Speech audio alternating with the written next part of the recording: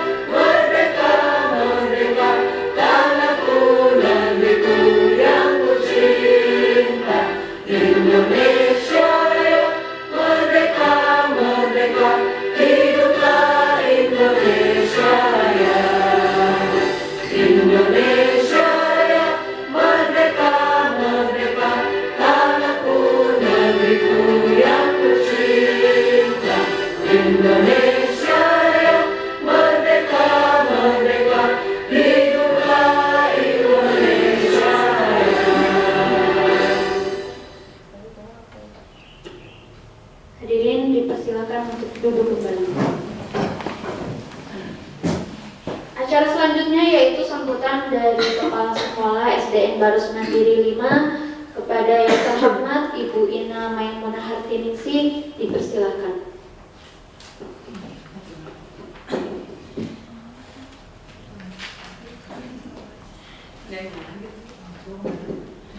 Bismillahirrahmanirrahim.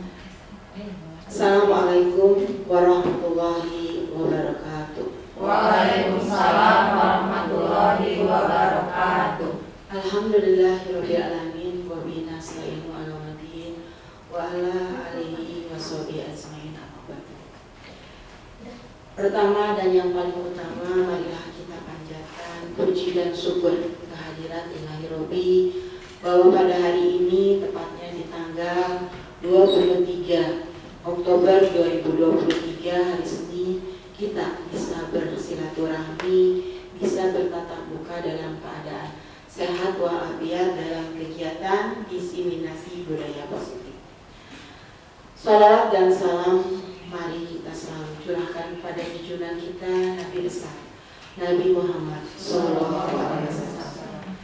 Semoga salam ini terlimpah kepada junjungan kita, kepada keluarganya, kepada sahabatnya, kepada tabi-tabinya dan kita selaku umatnya sampai akhir zaman. Bapak dan Ibu yang saya hormati, alhamdulillah pada kesempatan hari ini, kesempatan yang berbahagia ini, izinkan sebelum memulai acara kegiatan diseminasi budaya positif, saya akan pantunkan dulu sebuah pantun, yaitu untuk membangun kita sebagai guru. Mudah-mudahan kita bisa mengisi pembelajaran kedepannya semakin baik lagi. Baju baru warnanya biru, dipakai khusus di hari Sabtu. Ayo guru, laksanakan paradigma baru agar pembelajaran semakin bermutu.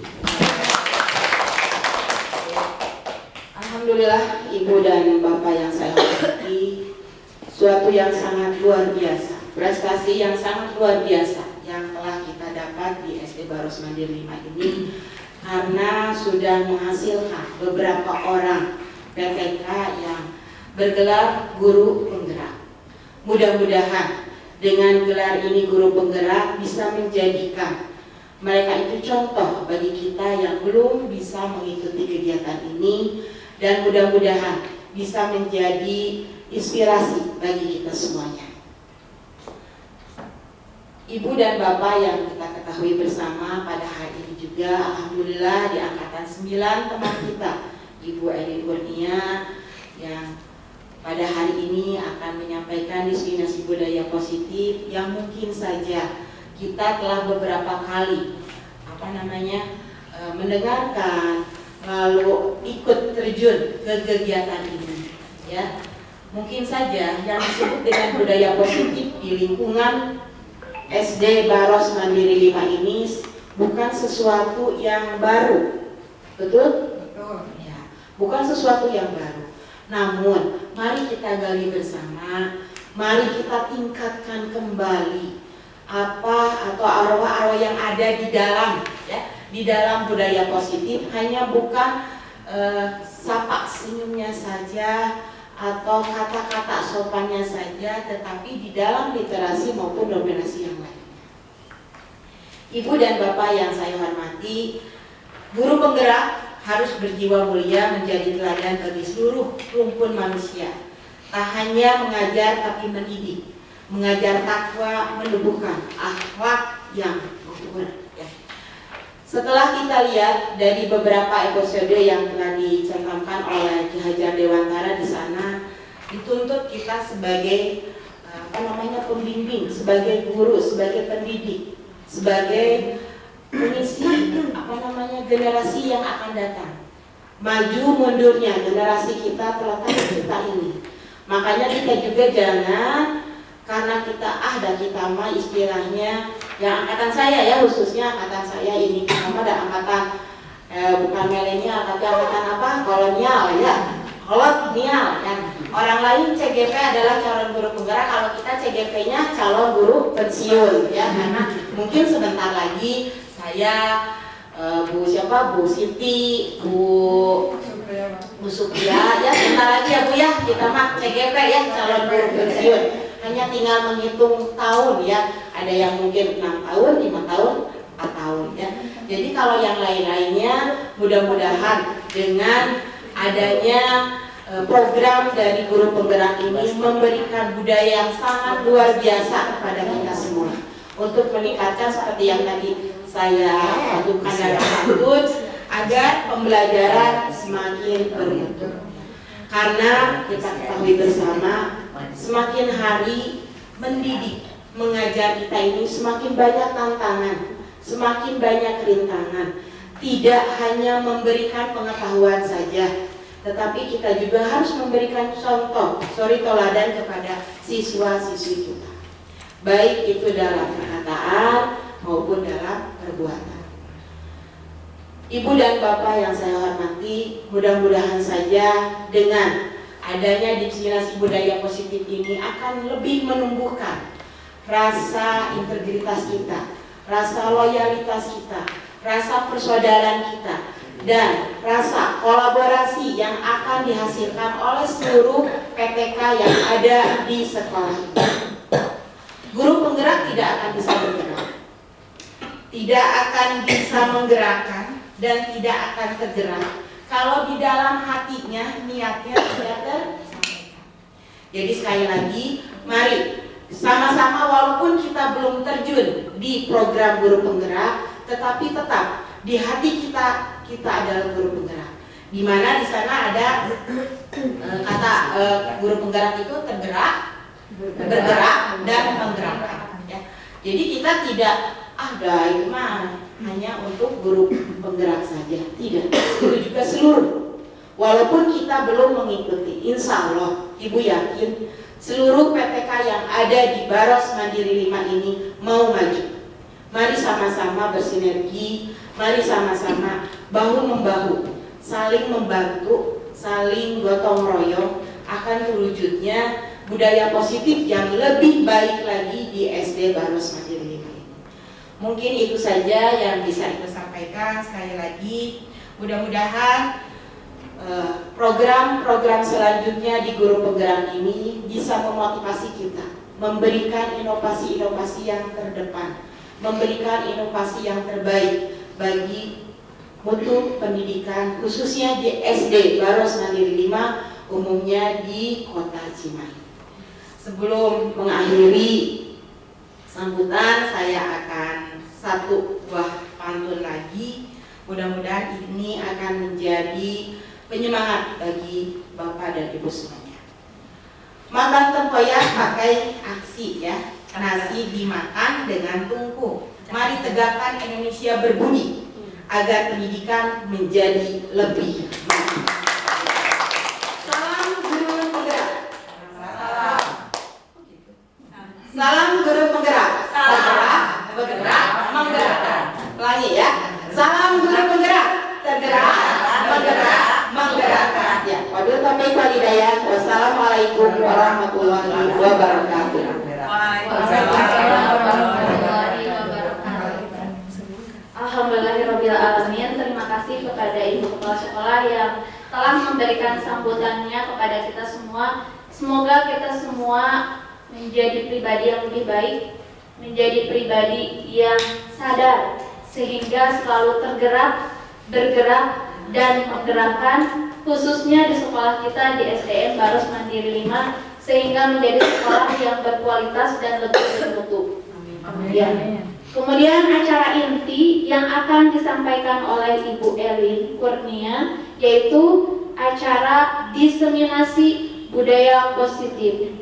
Kepada Ibu Elin Kurnia, yaitu sebagai CGP Angkatan 9 SDN Baros Mandiri 5 Kota Cimahi, dipersilakan.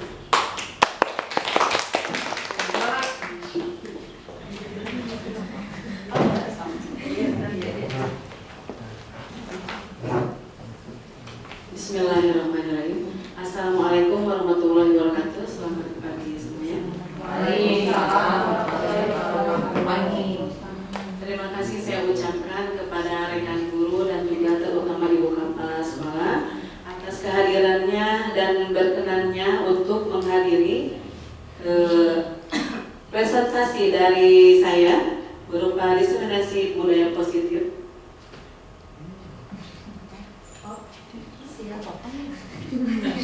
Izinkan saya untuk membacakan pendahuluan.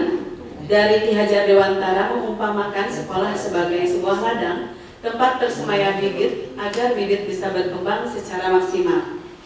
Maka petani dapat memperbaiki kondisi tanah, memelihara bibit tanaman, memberi pupuk dan air, membasmi ulat-ulat atau jamur yang mengganggu hidup bibit tanaman dan lain sebagainya. Dari uraian tersebut, kita dapat memahami bahwa sekolah diibaratkan sebagai tanah tempat bercocok tanam, sehingga guru mengusahakan sekolah jadi lingkungan yang menyenangkan, menjaga dan melindungi murid dari hal-hal yang tidak baik. Dengan demikian, karakter murid tumbuh dengan baik sesuai dengan profil pelajar Pancasila. Adapun tujuan dari diseminasi ini adalah aksi nyata budaya positif yang bertujuan menumbuhkan budaya positif di sekolah dengan meyakini nilai-nilai kebajikan universal serta menciptakan murid yang merdeka dan mempunyai disiplin kuat sesuai profil pelajar Pancasila. Adapun lini masanya itu satu, yang saya lakukan adalah menghadap kepala sekolah untuk menjelaskan pentingnya penanaman budaya positif dan keyakinan kelas di sekolah, serta meminta izin untuk mendiseminasikan budaya positif bersama rekan guru semuanya. Ya, itu hari ini ya. Yang keduanya berkolaborasi dan berkoordinasi dengan wali kelas yang lain untuk membuat keyakinan kelasnya masing-masing. Yang ketiga, memantau, merefleksikan, dan mengevaluasi keyakinan kelas yang sudah dibuat. Terakhir, mengumpulkan rekan guru untuk melakukan diseminasi pemahaman budaya positif dan segitiga restitusi.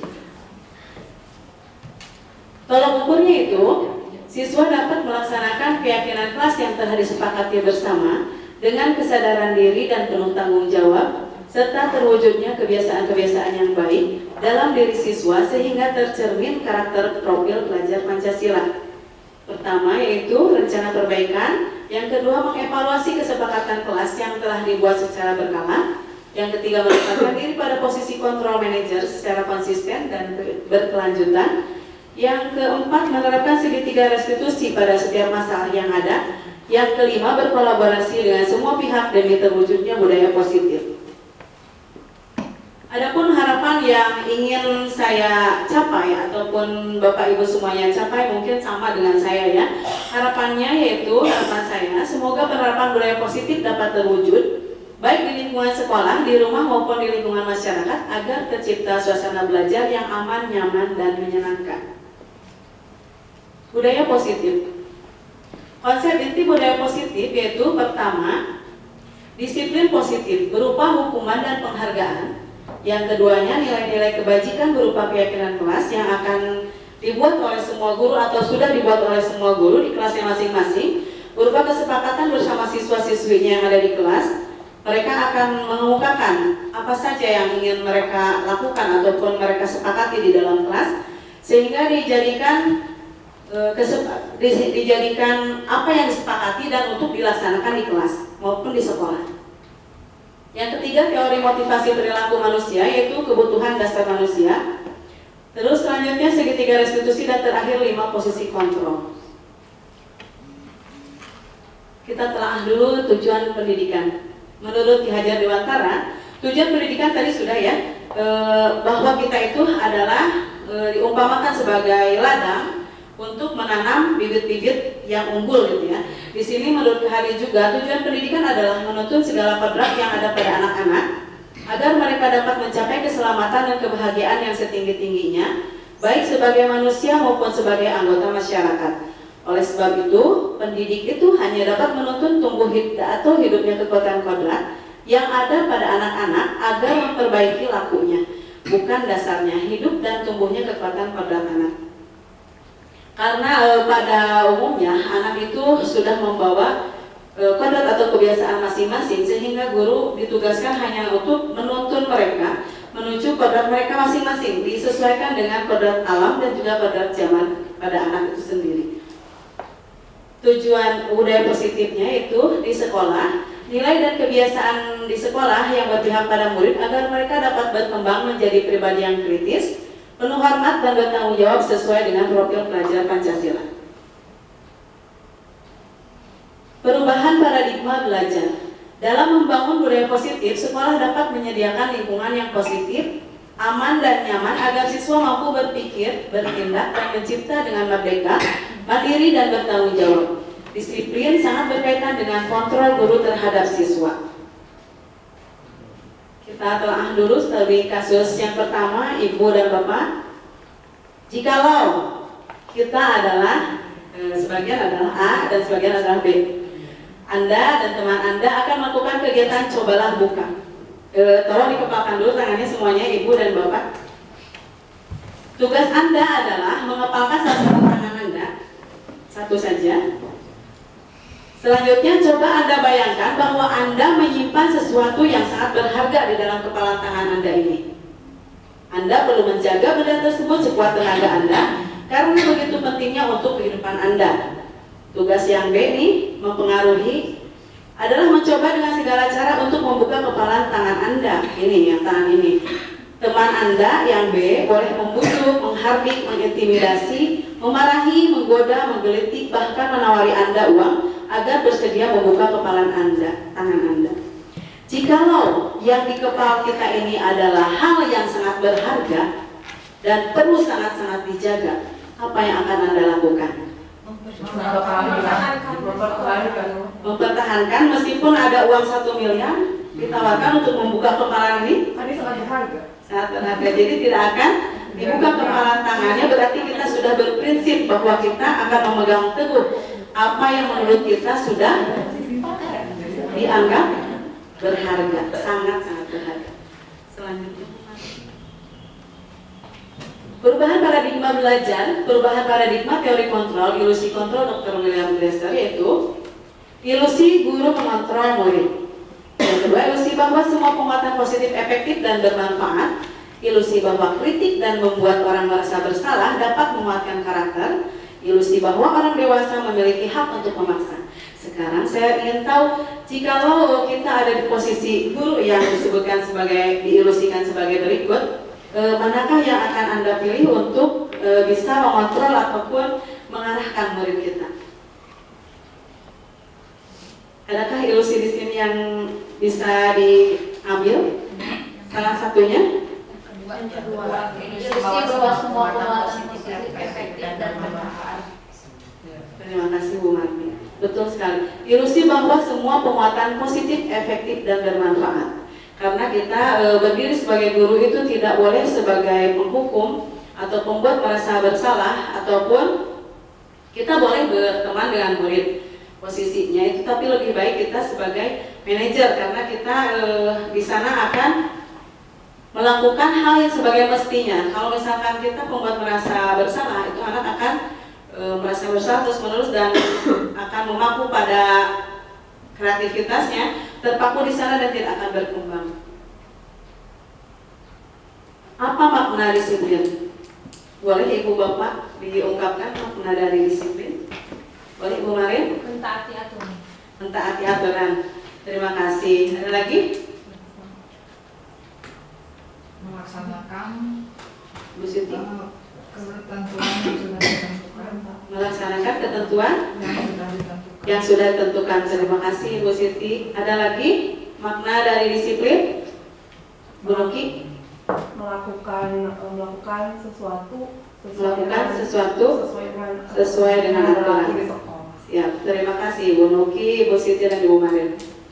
Selanjutnya, ini kita lihat arti dari disiplin, yaitu berasal dari bahasa Latin disiplina yang artinya belajar. Betul tadi bahwa kita akan menerapkan peraturan ataupun aturan yang harus ditaati. Makna asal dari kata ini berkonotasi dengan disiplin diri dari murid-murid. Menurut Socrates dan Plato, disiplin diri membuat orang menggali potensinya menuju sebuah tujuan apa yang dia hargai. Namun dalam budaya kita, makna disiplin telah berubah menjadi sesuatu yang dilakukan seseorang pada orang lain untuk mendapatkan kepatuhan. Kecenderungan umum adalah menghubungkan kata disiplin dengan ketidaknyamanan, bukan dengan apa yang kita hargai atau pencapaian suatu tujuan mulia. Apakah betul ya Ibu Bapak, apa yang sudah kita lakukan itu ada di urutan paling bawah? Penerapan disiplin itu kita memang masih di sini ya, masih di sesuatu yang dilakukan seseorang pada orang lain untuk mendapatkan kepatuhan. Itu kita laksanakan kepada semua siswa-siswi yang ada di sekolah kita. Disiplin adalah kemampuan memerintah diri sendiri dalam mengontrol dan menguasai diri untuk memilih tindakan yang mengacu pada nilai-nilai yang kita hargai dengan penuh tanggung jawab tanpa merasa diperintah oleh orang lain. Nilai-nilai yang kita hargai adalah nilai kebajikan atau sifat positif manusia yang merupakan tujuan mulia yang ingin dicapai setiap individu, yaitu nilai-nilai dalam profil belajar Pancasila. Ibu dan Bapak, izinkan saya menyebutkan kebutuhan dasar manusia. Itu ada 5. Yang ke-1 adalah survival atau bertahan hidup. Yang kedua adalah love and belonging atau diterima. Yang ketiga freedom atau kebebasan. Yang keempat fun atau kesenangan. Dan kelima power atau kekuatan. realitas atau kebutuhan setiap orang berbeda. Kita harus berusaha memahami pandangan orang lain tentang dunia. Setiap orang memiliki gambaran yang berbeda. Jadi ini 5 dasar kebutuhan manusia. Kita pelajari lagi kasus ya, Ibu dan Bapak. Ibu Ambar, guru wali kelas 2A di SD Pelita Hati, sedang bingung menghadapi ulah salah satu murid di kelasnya, yaitu Doni. Beberapa anak di kelas 2A telah datang padanya dan mengeluhkan Doni yang seringkali meminta bekal makan siang mereka dengan paksa. Jika Anda menghadapi situasi seperti Ibu Ambar, apa yang akan Anda lakukan? Menurut Anda, kira-kira apa alasan Doni melakukan hal itu? Silakan, Bu. Terima kasih. Menurut pendapat saya, ini siswa yang bernama Doni merasa dirinya kuat. Jadi kebutuhan yang dia butuhkan adalah itu kan kebutuhan saya pertama itu kan kebutuhan survival. Yang kedua itu diterima. Ketiga kebebasan. Keempat kesenangan. Yang kelima itu kekuatan. Jadi dia itu ingin diakui bahwa dia itu kuat, menurut pendapat saya. Atau juga dia itu memang benar-benar memerlukan makanan apa gitu ya, dia nomor 1 gitu. Jadi Ibu Ambar harus mengetahui mengapa Doni berbuat seperti itu, karena kedua kebutuhan tadi. Terima kasih. Ya. Ada lagi mau menambahkan? Ada lagi yang Ibu Bapak ingin mengungkapkan? Terima kasih Bu Irwan. Ya. Terima kasih kepada Ibu Erin.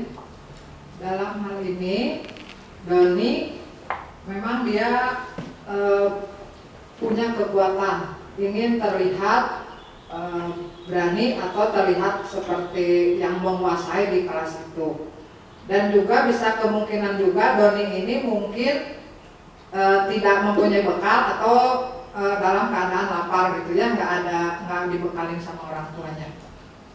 Nah, dalam hal ini sebagai seorang guru, mungkin bu gurunya harus satu meneliti dulu atau bagaimana keadaan Doni. Nah, setelah mengetahui keadaan Doni yang sebenarnya, mungkin diberi pengertian kepada Doni dan juga kepada teman-temannya untuk bisa saling berbagi dengan temannya yang tidak bekal nasi atau uang begitu. Ya mungkin begitu. Ya, terima kasih Bu Siti. Ada lagi yang mau menambahkan? Bu Noki silakan. Terima kasih Bu Siti, Bu Intan. Ya. Ya. Baik, terima kasih Bu Erin. Selamat pagi teman-teman semua. Di sini saya hanya menambahkan ya, kita sebagai guru, apalagi kan kita masuk ke program belajar Pancasila. Nah, di situ kita bisa menganalisis dulu nih, si Doni ini kenapa bisa seperti itu, meminta dengan cara paksa. Berarti kita menganalisis kan, apa dia ini sosokan, gitu kan banyak juga di sini di dunia nyata, di sekolah ini ada saya lihat yang seperti itu gitu ya. Jadi kita harus menganalisis yang pertama. Yang kedua, kita cari tahu kan, dalam menganalisis kita berbicara sama Doni juga sama keluarganya dulu. Ini kenapa nih Bu, apa anak ini tidak diberi bekal atau tidak diberi uang jajan gitu, sampai dia tuh kadang suka meminta paksa kepada teman. Nah, ketika sudah bicara sama orang tua, baru kita bicara sama Doni gitu loh. Terima kasih Bu Noki. Terima kasih Bu Noki. Ada lagi yang mau menambahkan? Terima kasih Ibu Noki dan Ibu Intan serta Ibu Siti. Kita lihat betul sekali pendapat dari Ibu semua. Dalam konteks penerapan disiplin positif, Ibu Ambar sebaiknya mencari tahu alasan Doni melakukan tindakan tersebut agar mengetahui kebutuhan mana yang sedang berusaha dipenuhi oleh Doni. Tadi sudah diungkapkan oleh Bu Intan, Bu Siti dan juga Ibu Nuki bahwa mungkin saja Doni lapar dan orang tuanya tidak membawakan bekal makan siang, atau teman Doni jadi perhatikan Doni karena cari-cari perhatian gitu ya, bisa aja anak itu berlaku seperti itu meskipun dia bawa bekal, tapi tetap kalau misalnya kurang diperhatikan oleh teman pasti dia akan mencari akal untuk supaya diperhatikan oleh temannya. Yang ketiganya itu dia merasa hebat karena temannya jadi takut dan menuruti keinginannya, bisa saja. Yang keempat, Doni merasa bosan dengan bekal yang dibawakan oleh orang tuanya karena selalu bawa bekal yang sama. hari ini misalkan bahwa bisa memahami ya yang ada keseluruhan kesempatan kelas. Bagaimana itu mau ditambah dan dikuranginya lagi itu berarti harus mengadakan dulu rapat atau ya kumpul ya musyawarah untuk mencapai kesepakatan kelas tersebut. Jadi sekali lagi mungkin di sini kesepakatan kelasnya untuk mengusulkan Bu Eni untuk menggantikan bila mana Bu Santi nggak masuk, mungkin itu tidak bisa semerta-merta ya, karena mungkin saja pas Bu Santi masuk, Bu Eninya lagi mengajar di kelas yang lain. Mungkin tidak bisa apa yang diinginkan oleh mereka itu terlaksana dengan baik. Mungkin saja di sini anak tersebut yang meminta maaf secara langsung atau melalui wali kelasnya. Terima kasih Ibu Kepala Sekolah dan juga Ibu Intan. Selanjutnya Ibu Marni dari kasus 1 tersebut. Tadi sudah dijawab oleh Ibu Intan dan juga Ibu Kepala Sekolah bahwa apa yang Vivi dan Natali lakukan sudah benar. Yang dilakukan oleh Ibu Santi juga sudah benar karena memvalidasi kesalahan mereka ya, kesalahan dari 2 anak tersebut, dan juga mengambil langkah bahwa apa yang hal sebaiknya mereka lakukan sehingga Ibu Eni rasa tidak nyaman ataupun rasa dipermalukan itu terobati. Yang jika kita menjadi Pak Hasan atau Bapak Kepala Sekolah, bagaimana Anda menyikapi langkah yang ditempuh oleh Ibu Santi? Ibu Santi itu wali kelas yang sesungguhnya, kalau Ibu Eni adalah guru penggantinya. Jika jadi kepala sekolah. Jika jadi kepala sekolah apa yang di atas itu? Jadi kepala sekolah. Oh, berarti jika Pak Hasan itu. Ya. Jika Anda sebagai Pak Hasan, bagaimana Anda menyikapi langkah yang ditempuh? Ya. Kalau dari saya sih setuju dengan yang tadi itu ya. Jadi karena melihat kinerja Bu Eni, di mana di sini sebagai guru pengganti, tapi dia menjalankan tupoksinya dengan baik dan benar. Jadi kalau misalkan ada guru yang tidak masuk, maka guru yang harus masuk itu Ibu Eni, karena dia sudah mengajar dengan benar, bertanggung jawab. Terus ada kejadian di kelas pun Bu Eni berbicara dengan Bu Santi atau wali kelasnya gitu. Ini yang di Santi. Terima kasih Bu Nuki. Kalau misalkan dari kasus yang tadi, posisi apa yang telah diambil oleh Ibu Eni dalam menangani Vivi dan Natali? Posisi yang sudah diambil oleh Ibu Eni, Ibu guru pengganti, posisinya itu sudah mengambil posisi apa?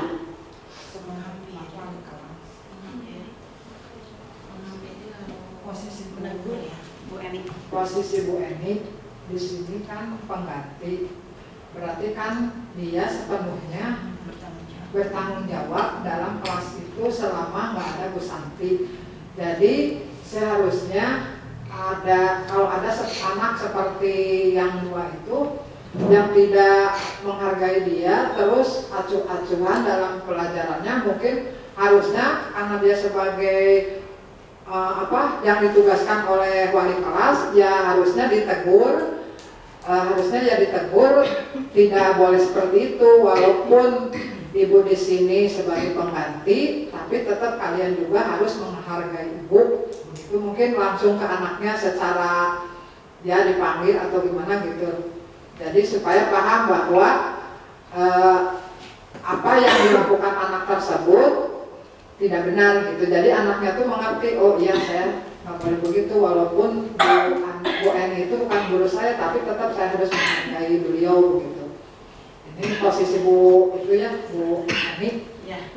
Jadi tetap harus berperilaku seperti Bu wali kelas aja gitu, walaupun dia bukan, karena posisi waktu itu kan Bu Santi nggak ada, jadi otomatis kelas itu dikuasai oleh beliau gitu, oleh Bu Eni gitu. Jadi ya dia harus bertindak sebagai wali kelas gitu. Jadi jangan membiarkan ada anak yang tidak menghargai, terus ya begitu, harus biasa menguasai kelas Bu Santi begitu. Ini tadi kan ini ada 1 penghukum, 2. Pembuat rasa bersalah, 3. Sebagai teman, 4. Guru sebagai pemantau, dan yang kelima sebagai manajer. Nah, kedudukan yang 5 ini mana yang diambil oleh Bu Eni pada kasus ini gitu mungkin ya. Mungkin dalam hal ini kasus yang diambil oleh Bu Eni itu adalah yang satu pembuat rasa bersalah dulu. Mengapa ada pembuat rasa bersalah? Karena ada kata-kata nanti ibu ditegur oleh Bapak Hasan gitu ya, oleh Bapak Kepala Sekolah gitu. Kemudian yang keduanya mungkin ya itu mungkin itu aja pembuat rasa bersalah. Mungkin ada yang lainnya, hanya mungkin saya belum bisa menyambungkannya gitu. Ya. Terima kasih Ibu Intan, Ibu Nuki, betul sekali posisi Ibu Eni di sini sebagai pembuat rasa bersalah karena dia mengajukan kalimat bahwa ayo kerjakan tugasnya. Kalau tidak dikerjakan, nanti ibu bisa ditegur oleh Bapak Kepala Sekolah. Itu sudah termasuk ke dalam posisi kontrol pembuat rasa bersalah. Betul sekali Ibu semuanya. Terima kasih. Selanjutnya Ibu Marni. Untuk di kasus 2, di sini ada Sabrina. Sabrina hari itu bangun terlambat dan terburu-buru sampai di sekolah. Dia pun akhirnya sampai di gerbang sekolah, tapi baru menyadari kalau tidak menggunakan sepatu hitam seperti tertera di peraturan sekolah. Di depan pintu kelas, Bapak Lukman memperhatikan sepatu Sabrina yang berwarna coklat. Sabrina berusaha menjelaskan bahwa dia terburu-buru dan salah mengenakan sepatu. Pak Lukman menanyakan Sabrina apa peraturan sekolah tentang seragam warna sepatu. Sabrina menjawab sudah mengetahui sepatu harus berwarna hitam. Namun, terburu-buru dan salah mengenakan sepatu. Selain tidak mungkin kembali pulang karena rumahnya jauh sekali, Pak Lukman tetap bersikeras pada peraturan yang berlaku mengatakan, ya sudah, kamu sudah melanggar peraturan sekolah. Kamu salah, sudah terlambat, salah pula warna sepatunya. Segera buka sepatumu kalau tidak bisa mengenakan warna sepatu sesuai peraturan. Sabrina meminta maaf dan memohon kembali kepada Pak Lukman agar tetap dapat mengenakan sepatunya dan berjanji tidak akan mengulang kesalahannya. Namun Pak Lukman tidak mau tahu. Tidak, kamu telah melanggar peraturan sekolah. Kalau tidak sanggup ambil sepatu di rumah atau diantarkan sepatu ke sekolah, ya sudah, kamu tidak bersepatu saja seharian di sekolah. Sekarang copot sepatumu dan silahkan belajar tanpa sepatu seharian. Sabrina pun dengan berat hati mencopot sepatunya dan memberikannya kepada Pak Lukman. Seharian dia tidak berani berkeliling sekolah karena malu dan lebih banyak berdiam diri di kelas tanpa alas sepatu. Dari kasus 2 ini, sikap posisi apakah yang diambil oleh Bapak Lukman? Tolong dijelaskan dan apa indikatornya? Mengapa Bapak Lukman mengambil posisi tersebut? Sudah disebutkan posisi kontrol yang pertama yaitu sebagai penghukum, yang kedua pembuat merasa bersalah, yang ketiga teman, yang keempat pemantau, dan kelima manajer. Kalau dari kasus Pak Lukman ini, posisi mana yang sedang Pak Lukman ambil?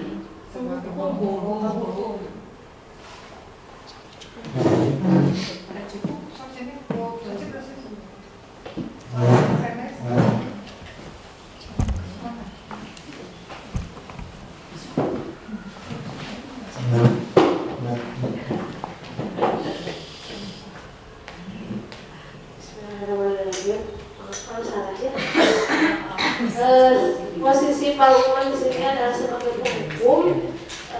Beliau ingin mendisiplinkan Sabrina dengan cara menghukumnya, yaitu menegur untuk mengambil sepatunya itu supaya dia tidak mengulanginya lagi, supaya ada efek jera. Jadi dia teringat tuh, oh iya bahwa saya itu telah melanggar karena sudah ada aturan sebelumnya tentang memakai sepatu yang berwarna hitam, sedangkan Sabrina memakai sepatu yang warna coklat. Terima kasih Ibu Suci. Ada lagi Ibu yang mau menambahkan pendapat tentang posisi kontrol yang sudah diambil Bapak Lukman? Menurut Ibu Suci adalah posisi kontrol hukum. Sudah betul ya Bu ya? Pak Lukman itu berada di posisi kontrol penghukum. Bila Pak Lukman mengambil posisi manajer, apa yang akan dikatakannya? pertanyaan-pertanyaan seperti apakah yang akan diajukan ke Sabrina kalau sebagai manajer. Kalau Pak Lukmannya fleksibel gitu ya, bisa menjadi seorang manajer di dalam kelas. Menurut pendapat saya, apabila Pak Lukman ingin bertindak sebagai seorang manajer, yang pertama dilakukan adalah bertanya terlebih dahulu, mengapa Lukman memakai sepatu coklat gitu, tidak memakai sepatu yang warna hitam. Sabrina itu mengapa memakai sepatu coklat, tidak memakai sepatu yang hitam. Kemudian nanti Sabrina akan menjelaskan mengapa ia tidak memakai sepatu warna hitam. Dan kemudian Pak Lukman setelah mengetahui jawabannya, Pak Guru tersebut menyebutkan keyakinan sekolah, mungkin keyakinan sekolah apa yang sudah ada, yang sudah diterapkan. Misalnya keyakinan sekolahnya itu memakai sepatu warna hitam, dan Pak Lukman pun akan menanyakan kembali, jadi harus bagaimana begitu setelah tahu kalau harus warna hitam. Mungkin tidak akan mengulanginya kembali dan meminta maaf, mungkin begitu ya. Terima kasih. Terima kasih Bu Intan. Pernyataannya bahwa Pak Lukman memang harus menanyakan, memberikan pertanyaan-pertanyaan yang bermanfaat gitu ya, bermakna untuk Sabrina, sehingga Sabrina bisa menjelaskan alasan kenapa dia memakai sepatu warna coklat dan tidak mengindahkan peraturan bahwa dia harus memakai sepatu warna hitam. Alasannya apa? Ditanya dulu mengapa. Itu banyak pertanyaan bermakna yang akan disampaikan Pak Lukman ketika menjadi seorang manajer, posisi seorang manajer. Terus yang tadi dulu Bu Marni, yang ini nih, kira-kira bila Anda adalah kepala sekolah di sekolah tersebut, nilai kebajikan apa yang ingin dituju oleh peraturan harus berwarna hitam. Terus yang keduanya, bagaimana Anda menyikapi langkah yang diambil Pak Lukman mengenai kasus tersebut? Apakah Anda setuju atau tidak jikalau posisi Ibu dan Bapak ini sebagai kepala sekolah dengan tindakan yang sedang dilakukan atau telah dilakukan oleh Bapak Lukman?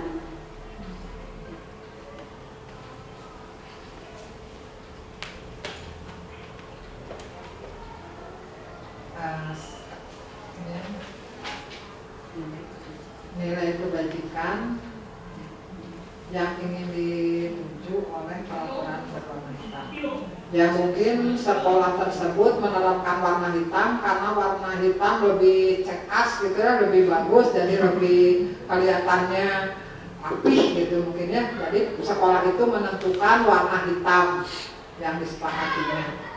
Nah, dengan yang kedua, menyikapi langkah yang diambil Pak Lukman, ya mungkin itu Pak Lukman terlalu keras gitu ya, jadi tidak bijaksana sampai Sabrina itu nggak boleh mengenakan sepatunya.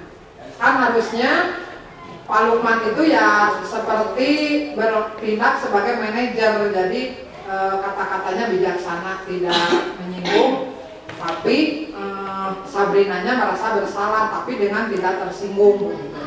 Jadi harusnya Pak Lukman itu tidak seperti itu.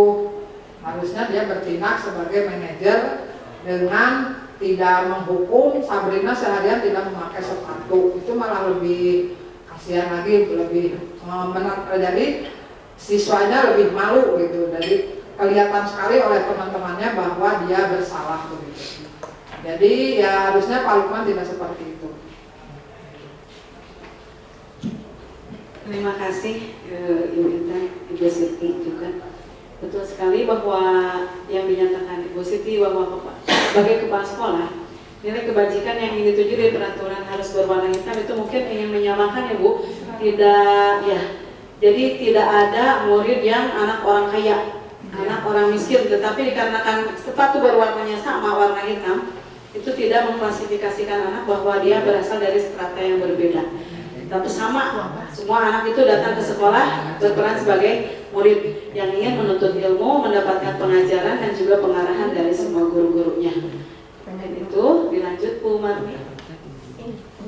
Ini Ibu dan Bapak tentang keyakinan kelas. Keyakinan kelas adalah nilai-nilai kebajikan atau prinsip-prinsip universal yang disepakati bersama secara universal, lepas dari perbedaan agama, suku, negara, dan bahasa menurut Gossen ya. tahun 1998. Suatu keyakinan akan lebih motivasi seseorang dari dalam. Seseorang akan lebih bersemangat untuk menjalankan keyakinannya daripada hanya sekedar mengikuti peraturan. Memang yang kita rasakan mungkin di dalam kelas juga ketika kita menerapkan suatu peraturan, ketika peraturan itu dibuat oleh anak sendiri, akan berbeda rasanya penerapannya ketika dibandingkan dengan penerapan peraturan yang sudah kita buat. Misalkan anak ingin di dalam kelas itu, Ibu, aku tidak ingin ada teman-teman yang jerit-jerit atau lari-lari di dalam kelas, berarti itu masuk ke dalam tertib ataupun disiplin. Ketika kita menerapkan kamu harus datang jam 6.45, mungkin anak akan abai ataupun akan terpaksa karena itu peraturan sudah ditetapkan oleh kita tanpa ada persetujuan dari mereka. Kita ice breaking dulu, Ibu Bapak ya, biar nggak terlalu itu pegel.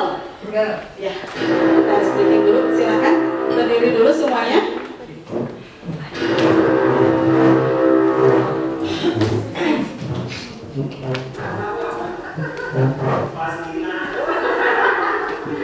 Boleh dipegang kepalanya Bapak Ibu semuanya. Kita ikuti arahannya.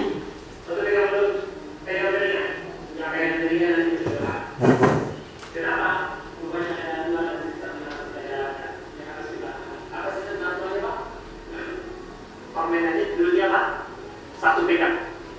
Ikuti apa yang saya sampaikan. Ikuti apa yang saya sesuatu kalau tidak ada kata satu. Oke, Pak.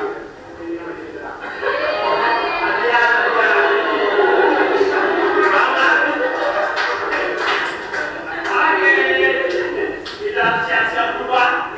Satu pegang mata, satu pegang kepala, pegang telinga.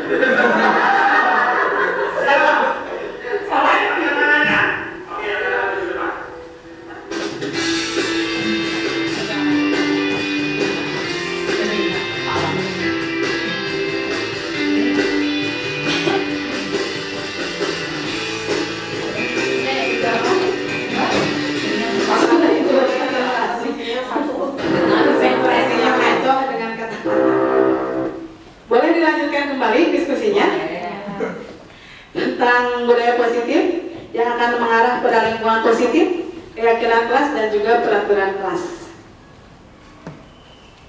Pembentukan keyakinan kelas. Keyakinan kelas ini bersifat lebih abstrak daripada peraturan yang lebih rinci dan konkret. Keyakinan kelas berupa pernyataan universal. Pernyataan keyakinan kelas dibuat dalam bentuk positif. Keyakinan kelas hendaknya tidak terlalu banyak sehingga mudah diingat dan dipahami. Meskipun anak yang menyatakan pernyataannya itu di kelas kita punya 28 anak punya keinginan masing-masing 28 orang itu. Tidak semua dari 28 itu kita terapkan, tetapi diambil yang inti-intinya saja yang bisa ataupun mudah diingat oleh anak ketika diterapkan di dalam kelas. Keyakinan kelas sebaiknya sesuatu yang dapat diterapkan di lingkungan tersebut.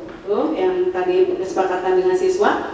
Semua warga kelas ikut berkontribusi dalam pembuatan keyakinan kelas lewat kegiatan curah pendapat. Bersedia meninjau kembali keyakinan kelas dari waktu ke waktu. Tidak monoton ya Bu. Kalau misalkan kelas kita tahun ini kesepakatannya seperti ini, boleh saja di semester depan itu semester 1 sudah seperti ini, semester depan mau diganti lagi boleh. Itu boleh ditambahkan, boleh dikurangi, ataupun misalkan diganti juga tidak apa-apa kalau itu merupakan keyakinan kelas.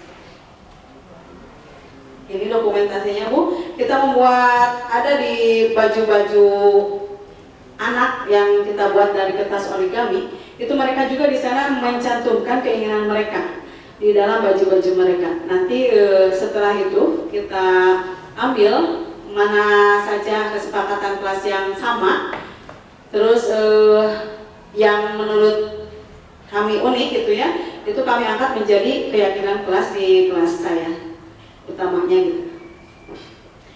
Selanjutnya, Ibu dan Bapak, kita menginjak pada segitiga restitusi. Proses menciptakan kondisi bagi murid untuk memperbaiki kesalahan mereka, sehingga mereka bisa kembali pada kelompok mereka dengan karakter yang lebih kuat. Melalui restitusi, guru dapat pertama membantu murid menjadi lebih baik, lebih memiliki tujuan, disiplin positif, serta memulihkan dirinya setelah berbuat salah. Yang kedua, membantu murid untuk jujur pada diri sendiri dan mengevaluasi dampak dari kesalahan yang dilakukan. Yang terakhir itu memberikan penawaran bukan paksaan. Ini contoh gambar segitiga restitusinya, Ibu. Yang pertama itu kita menstabilkan identitas dulu. Yang keduanya validasi tindakan yang salah. Yang ketiga menanyakan keyakinan. Misalkan kamu tentu punya alasan mengapa melakukan itu. Adakah cara yang lebih efektif untuk mendapatkan apa yang kamu butuhkan? Terus keyakinan kelas apa yang telah kita sepakati, dan juga kamu ingin menjadi orang seperti apa, itu semuanya ada di dalam segitiga restitusi. Tahapan segitiga restitusi yaitu yang pertama, menstabilkan identitas. Yang kedua, berbuat salah itu tidak apa-apa, menyatakan. Dari menstabilkan identitas itu, kita ketika melakukan percakapan dengan siswa atau murid kita dapat mengajukan pernyataan bahwa berbuat salah itu tidak apa-apa. Tidak ada manusia yang sempurna. Saya juga pernah melakukan kesalahan seperti itu, dan juga kita bisa menyelesaikan ini. Ketika kalimat-kalimat ini disampaikan pada anak, mungkin anak juga tidak merasa didiskriminatif ataupun dihukum secara langsung, tetapi anak akan dengan sendirinya menyadari kesalahannya. Yang kedua, validasi tindakan yang salah. Kita bisa mengucapkan kalimat, kamu pasti punya alasan mengapa melakukan hal itu. Kamu patut bangga pada dirimu sendiri karena kamu telah melindungi sesuatu yang penting buat kamu. Yang ketiga, menanyakan keyakinan bahwa apakah kamu percaya kita sebagai kelas atau keluarga. Ketika mereka sudah mempercayai kita sebagai wali kelasnya ataupun ibu ataupun dianggap orang tua, mereka akan dengan jujur mengakui ataupun memvalidasi kesalahan mereka sendiri tanpa harus kita paksa, harus kita tekan dengan pertanyaan-pertanyaan yang membuat mereka terpaksa menjawab gitu ya. Dengan menanyakan keyakinan, mereka akan sadar sendiri dengan kesalahan yang telah mereka perbuat. Terus apa nilai-nilai umum yang telah kita sepakati? Kamu mau jadi orang seperti apa, itu bisa dilontarkan di pertanyaan untuk menanyakan keyakinan. Ini Ibu dan Bapak, ada demonstrasi kontekstual modul 1.4 yang tentang praktik segitiga restitusi. Ini bisa diputar nggak, Bu Marni? Ada beberapa kasus yang saya munculkan di sini, Ibu Bapak. Mohon koreksinya untuk nanti jika ada kekurangan ataupun kesalahan dari penyampaian kalimat yang telah saya laksanakan di dalam demonstrasi kontekstual ini.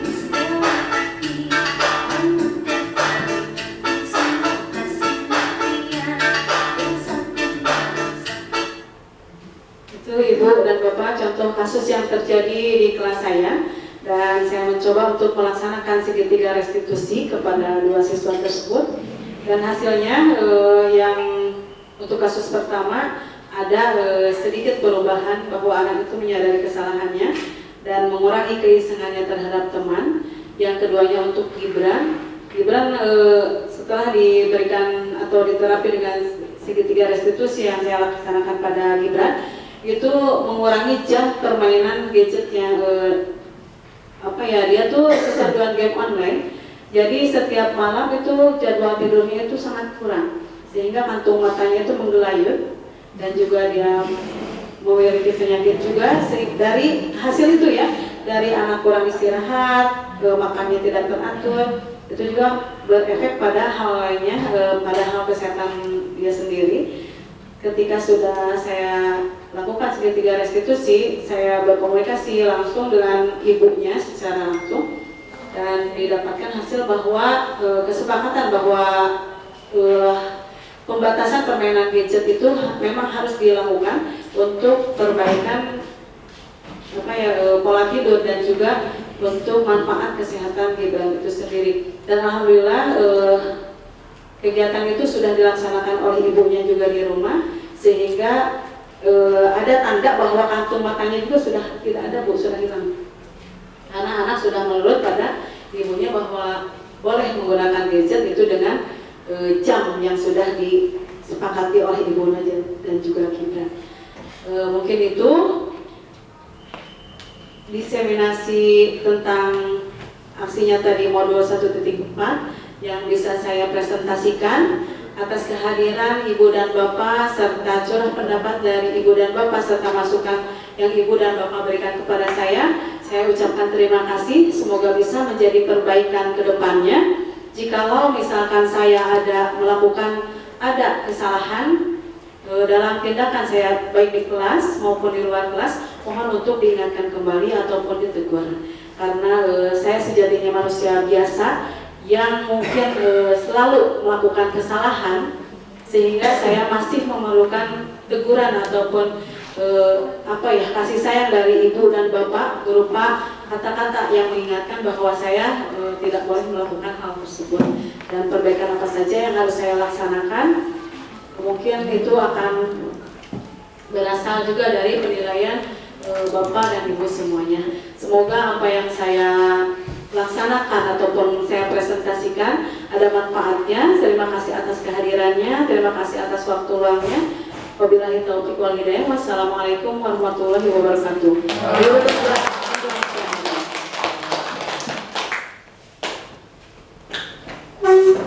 Alhamdulillahirabbil alamin. Acara inti telah dilaksanakan. Sekali lagi kita berikan tepuk tangan untuk POG. Acara selanjutnya yaitu pembacaan doa yang akan dipimpin oleh Bapak Ustadz Taufan Abdul Rajab. Adanya dipersilakan.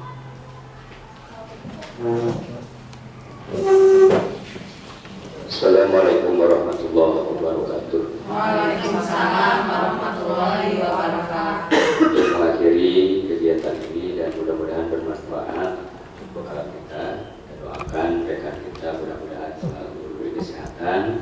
Juga kita semua diberkahi oleh Allah Subhanahu wa taala. Astagfirullahaladzim, astagfirullahaladzim, astagfirullahaladzim, alladzi la ilaha illa huwal hayyul qayyum wa atubu ilaih. Asyhadu an la ilaha illallah wa asyhadu anna Muhammadar Rasulullah. Allahumma shalli ala sayyidina Muhammad habibil majdubi safiril mufaridil qulubi wa ala alihi wa sahbihi ajmain amin ya Allah ya rabbal alamin. Alhamdulillahi rabbil alamin hamdan syakirin hamdan na'imin dan yuafi ni'amahu wa yukafi mazidah. Ya Rabbana lakal hamdu kama yanbaghi li jalali wajhika karimi wa azimi sultanik. Allahumma inna nas'aluka salamatan fid din wa afiyatan fil jasad wa ziyadatan fil ilmi wa barakatan fil rizqi wa taubatan qabla al-maut wa rahmatan inda al-maut wa maghfiratan ba'da al-maut. Allahumma hawwin alaina fi syakaratil maut wa najina wa afina. Rabbana zalamna anfusana wa illam taghfir lana wa tarhamna lanakunanna minal khasirin. Rabbana atina fid dunya hasanah wa fil akhirati hasanah wa qina adzabannar. Subhana rabbika rabbil izzati amma yasifun. Wassalamu ala mursalin walhamdulillahi rabbil alamin. Terima kasih, mohon maaf. Assalamualaikum warahmatullahi wabarakatuh. Waalaikumsalam warahmatullahi wabarakatuh. Terima kasih kepada Bapak Taufan yang telah membacakan doa. Acara selanjutnya selanjutnya yaitu acara penutupan. Untuk menutup acara ini, mari